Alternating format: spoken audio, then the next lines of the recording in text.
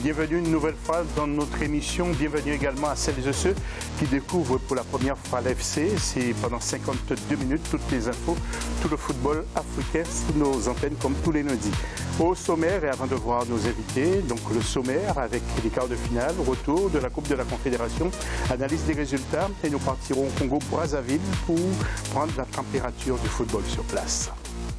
Deuxième grand titre, et bien sûr le tirage au sort de la CAN 2019. Nous verrons les groupes et les matchs qui nous attendent et focus sur deux pays, l'Ouganda et le Bénin qualifiés pour la phase finale. Et troisième titre, le foot européen avec deux championnats, la France et l'Espagne, et puis la Ligue des Champions et la Ligue Europa. Avec nos joueurs, ont-ils brillé ou non au match aller? Réponse dans ce magazine.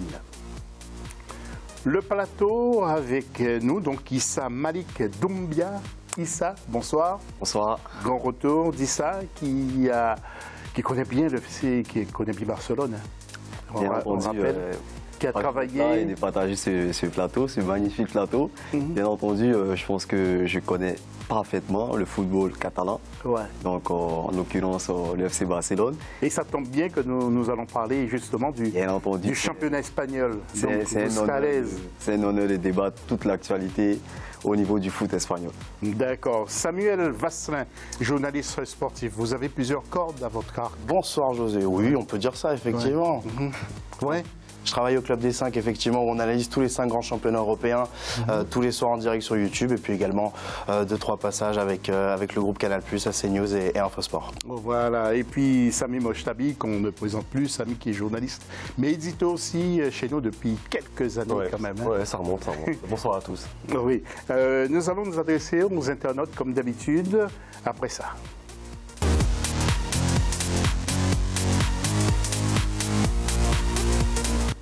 Alors, les entraîneurs éliminés à la CAN qui n'ont pas pu conduire leur équipe en Égypte, doivent-ils démissionner ou être démis de leurs fonctions? Messieurs, je vous pose la question avant que les téléspectateurs ne réagissent. Est-ce que ces entraîneurs doivent partir, avec Malik? Ça dépend tout part d'une continuité. Si vous arrêtez un entraîneur qui a commencé un bon processus, mais qui n'a malheureusement pas eu la chance de faire le saut vers la CAN, je ne pense pas que ce soit un moyen de limoger cet entraîneur-là. Il faut analyser tout le contour avant de voir si l'équipe a besoin de l'entraîneur ou si l'équipe a besoin d'une nouvelle ère. C'est un entraîneur qui parle en plus. Je suis assez d'accord, José, parce que c'est vrai qu'il faut prendre le contexte selon les sélections. Moi, par exemple, je vais parler de la sélection que je connais le mieux, qui est le Gabon. Aujourd'hui, Daniel Cousin, qui a été débarqué, qui n'a pas démissionné, c'est presque une bonne chose pour lui de quitter ce flou artistique qui entoure la sélection. Il y avait éventuellement, lui avait une idée de construire un projet, mais il n'en avait pas les moyens. Donc si c'est le cas pour certains sélectionneurs de certaines sélections, je pense notamment au Burkina par exemple, qui peuvent être dans le cas du Gabon, il vaut mieux partir et laisser une nouvelle page se remplir. Voilà, et puis Samy, votre témoignage sur je rejoins la question. Voilà, tout dépend du cycle entamé avec la sélection, tout dépend du rapport aussi avec le groupe. Si on sent qu'il y a encore possibilité d'avancer un petit peu plus, voilà, tout dépend de la situation. Il ne faut pas non plus généraliser par rapport à cet échec. Voilà, je rappelle la question. Les entraîneurs qui n'ont pas pu conduire leur équipe à la CAN 2019 en Égypte, doivent-ils démissionner ou être démis de leurs fonctions? Vous réagissez comme d'habitude sur le Facebook Africa 24 ou sur le hashtag Africa 24. N'hésitez pas donc d'intervenir tout au long de cette émission. Jingle et nous retrouvons la une.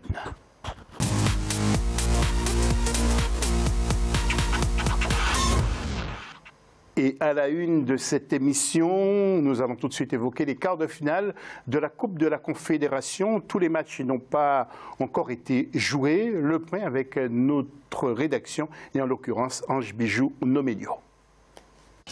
Une partie des quarts de finale, retour de la Coupe de la Confédération, s'est disputée dimanche 14 avril 2019 avec deux nouveaux qualifiés pour les demi-finales. Grâce à leur victoire 1-0 face à Hassania d'Agadir, les Égyptiens du Zamalek ont réussi à décrocher leur billet pour la suite de la compétition. Au match aller qui a eu lieu la semaine passée, les deux formations se sont quittées sur un score nul, 0 but partout. L'autre représentant du Maroc dans cette compétition, la Renaissance de Berkane, a en revanche validé son billet pour les demi-finales en écrasant le Gor Mahia du Kenya 5-1. Au match aller, les Marocains s'étaient imposés sur la marque de 2-0. Au dernier carré de la compétition, la RS Berkane affrontera le CS Sfaxien alors que le Zamalek sera opposé au vainqueur du match entre le Hilal soudanais et l'Étoile du Sahel de la Tunisie. Alors, pour vous donner des repères, nous allons tout de suite voir le tableau de ces résultats des quarts de finale, avec un match qui n'a pas encore été joué, on vous l'a dit, car Al Hilal est une équipe soudanaise et il y a, vous le savez, un problème politique au Soudan actuellement. Donc, Kana qui a perdu devant le CX. Je vais regarder mon papier parce que je risque de me planter. Et c'est Sfaxim qui a battu Kana 2-0. Au match aller 2-1. C'est Berkane, les Marocains qui ont sorti les Kenyans de Gorbaya. Et puis Zamalek donc d'Égypte qui a battu Hassania Agadir 1-0. Mon cher Samy, je m'adresse à vous tout d'abord sur les deux clubs marocains. Il n'en reste qu'un seul. Qu'un seul, oui. Ouais. Après, c'était très compliqué pour Agadir de se prendre le Zamalek. On connaît la puissance du Zamalek sur le continent africain. Maintenant, il y a eu peut-être quelques erreurs d'arbitrage. Ça restera à revoir. Maintenant, est-ce que la VAR apparaîtra pour les prochaines saisons en Coupe des Confédérations? Ce serait peut-être une bonne chose. En tout cas, la question se pose. Il y a but quand même, Samy. Oui, il y a but. Il y a but, mais il y a eu d'autres tensions dans ce match qui ont généré, on peut regarder sur les réseaux sociaux, qui ont généré quand même quelques frustrations du côté des supporters marocains. Et pour vous, le but de Zamalek est litigieux? Pas le but de Zamalek, il y a eu d'autres situations. Agadir aussi a pu avoir des situations. Il y a eu des situations très litigieuses. Il faudrait se refaire le match, mais honnêtement, en tout cas, il y a eu débat et on sent quand même une certaine frustration de la part des supporters marocains. Et pour ce qui est de Berkane, très grosse progression d'un club qui part de rien. Il a été pris en main par Fawzi Legja, le président de la fédération marocaine de football. Il en a fait maintenant un club qui compte sur la scène continentale.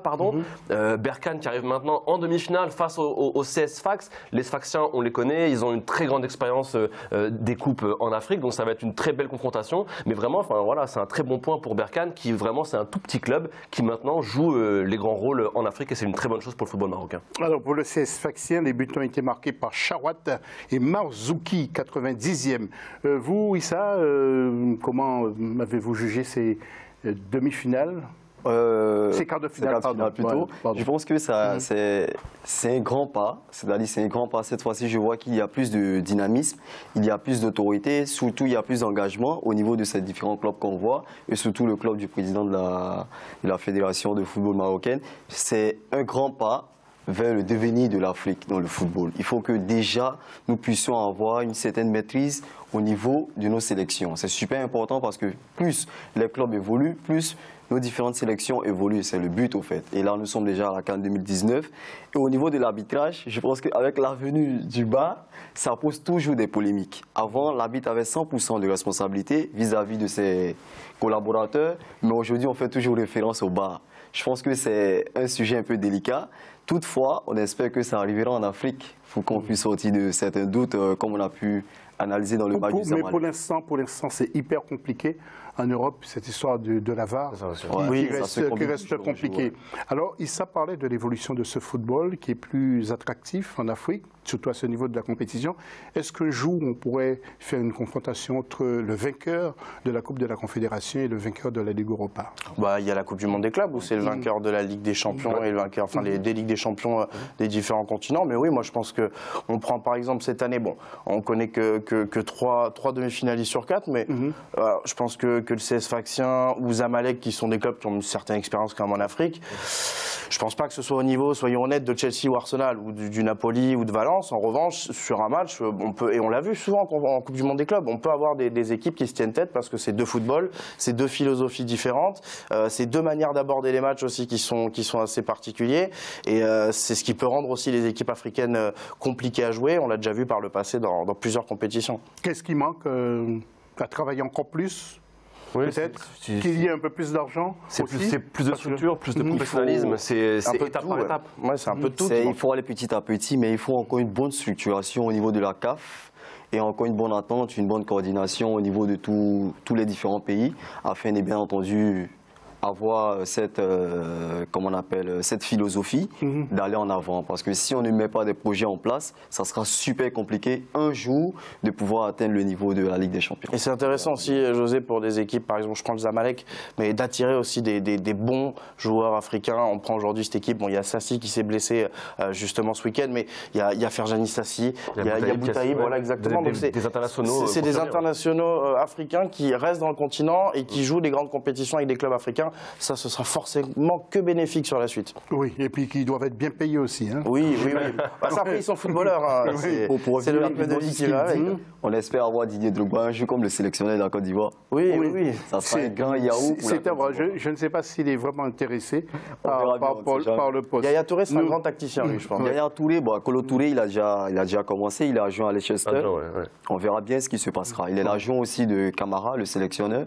Mais ça sera un grand pas parce que ça va attirer plus l'attention des anciens footballeurs. S'ils le veulent, ils le pourront. Parce qu'ils ont assez d'influence pour obtenir ce poste. Je pense que si vraiment eux se décident, que ce soit Yaya ou Drogba, vu leur importance au pays, il y a de grandes chances qu'ils obtiennent. C'est quand même 15 années d'expérience. Il faut aussi avoir le caractère de Zidane qui savait exactement ce qu'il voulait à la fin de sa carrière. Nous allons maintenant partir au Congo-Brazzaville. Les Diables Rouges qui étaient dans un groupe compliqué et qui ont été éliminés. Il y avait Congo, RDC, Libéria et Zimbabwe. Retour sur cet échec avec Deva Panzo. L'équipe de football des moins de 23 ans du Congo demeure la seule qui garde une chance de qualification à une compétition internationale, la CAN U23, prévue en Égypte comme celle des seniors où les Diables Rouges ont échoué. Ils ne sont pas les seuls car les équipes de moins de 17 ans et 20 ans avaient elles aussi manqué leur qualification. La récente élimination concerne les filles qui ont été battues à domicile par les Gabonaises au premier tour éliminatoire des Jeux Olympiques de Tokyo. Notre football a connu un coup à la suite de l'élimination de notre équipe A. C'est vrai, on n'a pas décollé, mais nous travaillons à ce que notre football, dans un délai relativement court, puisse retrouver son niveau. Nous avons l'équipe de U23 qui est qualifiée pour le dernier tour. Et nous allons rencontrer l'équipe de la Zambie. Si nous gagnons cette étape-là, nous serons qualifiés pour la CAN U23. Malgré cette énième désillusion, la FECOFOOT a décidé de maintenir le Brésilien Valdo Candido à la tête du staff technique de l'équipe nationale senior A, Sandel Vendinga et Prince Onyangue qui ont pris leur retraite internationale. Mais depuis l'échec de la qualification à la CAN 2019, nombreux attendent des explications. Qu'on nous fasse au moins le point de ce qui a été fait après l'élimination de l'équipe nationale en CAN. Et qu'est-ce qui s'est fait et qu'est-ce qu'on devrait normalement faire? Ce sont ces éléments-là qui vont faire en sorte que nous puissions rebâtir avec du neuf. C'est l'improvisation à tout bout de champ et les dirigeants qui se marchent sur les pieds. Je pense que ces querelles devraient cesser au profit de la qualité du jeu et c'est ce que réclame le public congolais qui a pratiquement déserté les stades congolais. La nouvelle équipe des Diables Rouges Senior A sera basée sur l'ossature de la sélection des moins de 23 ans et renforcée par des cadres évoluant dans les championnats européens à l'image de Thievi Bifouma et Baron Kibamba. Et juste un petit rappel, regardez le groupe G, le bilan, la synthèse avec donc Zimbabwe qui s'est qualifié, ainsi que la RDC, le Libéria termine à la 3e place et le Congo à la 4e place. Samuel Vasselin, je dirais presque qu'on avait raison de faire un focus sur le Congo-Brazzaville aujourd'hui, car à travers les témoignages, on sent quand même qu'il y a des dissensions, qu'il y a vraiment des problèmes entre les dirigeants pour faire avancer ce football. Ah mais aujourd'hui, c'est une situation qui est au point mort, parce qu'il y a eu des bons résultats dans les dernières CAN, rien n'a été fleuri. Il y a un réservoir qui est beaucoup trop limité aujourd'hui pour concurrencer déjà les équipes sur la scène africaine, que ce soit en club ou en sélection, et encore moins pour aller disputer une grande compétition comme la Coupe d'Afrique cette année. C'est vrai qu'aujourd'hui, après on a le sentiment que le football n'est peut-être pas encore la priorité aussi dans ce pays, et ça je laisse à chacun se fera son avis sur la question, mais on a le sentiment qu'aujourd'hui le développement du foot congolais par rapport à il y a 10 ans est toujours au point mort. Donc ça veut dire aussi beaucoup sur la croissance de ce football-là. Samy, est-ce que vous êtes d'accord avec Samuel et surtout ils ont gardé Valdo? Donc on parlait des entraîneurs qui devaient être démis de leur fonction, mais là c'est un exemple. Valdo a été gardé pour continuer en fait. Ouais. Après Valdo, très grand joueur, ça il faut oui, très grand joueur. Moi personnellement c'est un joueur qui m'a fait rêver. Maintenant comme entraîneur, effectivement il éprouve quelques difficultés au Congo. Je rejoins parfaitement Samuel sur le fait que la qualité de l'effectif est assez limitée au Congo. Comparé aux grands voisins de la RDC, si on compare la valeur des joueurs, c'est le jour et la nuit. Souvent on confond les deux Congos, et quand on prend les meilleurs joueurs congolais, souvent ils sont de la... C'est le jour et la nuit. Quand on regarde la RDC qui a réussi ce travail de miser sur des binationaux, des joueurs majeurs qui comptent maintenant en Europe, On voit le Congo avec le départ du capitaine Onyangé, il se retrouve avec comme joueur star Bifouma qui s'est perdu un petit peu en Turquie. Voilà, c'est très compliqué, je pense que c'est très compliqué, et donc c'est générationnel, c'est structurel. C'est vrai que l'avenir en tout cas n'est pas vraiment rose pour le Congo et c'est assez triste à voir. Issa, votre témoignage sur... Bon, pour mon avis, je rejoins un peu Samy et Samuel. Je pense que tout part de la base, au fait. Pour moi, tout succès part d'une bonne base. Au fait, aujourd'hui, le football congolais, en parlant de Congo-Brazza, il n'y a pas une bonne structuration depuis bas, en fait. Il faut qu'il y ait une continuité, comme ce qu'on peut observer aujourd'hui avec le Sénégal. Et puis, il y a des structures là-bas, hein. Bah oui, il y a des structures, mais il faut travailler. Bon, je pense qu'il faut changer la manière de travailler lorsque ça ne fonctionne pas. Parce que là, c'est échec après échec après échec. Est-ce que, bon, Valdo, qu'il me respecte, parce que c'est quelqu'un que j'ai beaucoup apprécié lorsqu'il était footballeur, et ça le disait, il était très fort. Ouais. Mais est-ce qu'il a la carrure d'un grand entraîneur? C'est la question aussi qui... J'ai un exemple parfait pour répondre à votre question. Vous pouvez être un excellent joueur et ne pas réussir comme entraîneur, Thierry Henry. Ouais. Et vous pouvez être un excellent joueur, fantastique, magicien et être un excellent entraîneur comme Zinedine Zidane. Et Valdo qui a entraîné que des équipes de CFA, quasiment... Il faut lui laisser, encore travailler parce que c'est un grand tacticien. Il a beaucoup d'expérience dans le monde du football. Il faut laisser... bon, c'est déjà bien qu'on lui fasse confiance pour qu'il puisse continuer. Maintenant, il faut le laisser travailler et lui donner encore plus de responsabilités et plus de confiance pour qu'il puisse travailler déjà avec des poulains pour monter. Okay. Messieurs, nous allons nous arrêter là, Samuel, parce que nous avons peu de temps, visiblement. Et j'ai une image à vous montrer. Ce sont des paris suspects en Tunisie lors du match Ben Gardan contre Metlaoui, 1-0. C'est le dimanche 7, ça s'est passé. Alors apparemment, les mises étaient de plus de 35 000 €. Ils se sont concentrés sur la victoire de l'équipe de Gardan dans les points de vente de la Française de jeu, semble-t-il, et dans les Alpes-Maritimes. Que pensez-vous de ce dossier ? Les paris suspects.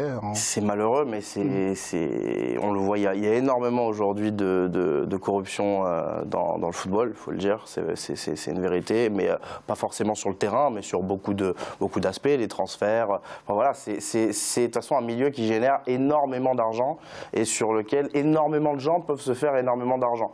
Donc voilà, c'est un fait divers de plus qui nous dépite un peu sur cette arrière-boutique du football que on sait, voilà, nous c'est le terrain qu'on aime, mais il y a autre chose et c'est beaucoup moins joli. Voilà, merci messieurs pour vos impressions, vos témoignages dans cette première partie d'émission. Nous allons remettre l'antenne et nous retrouver dans quelques instants après la pause.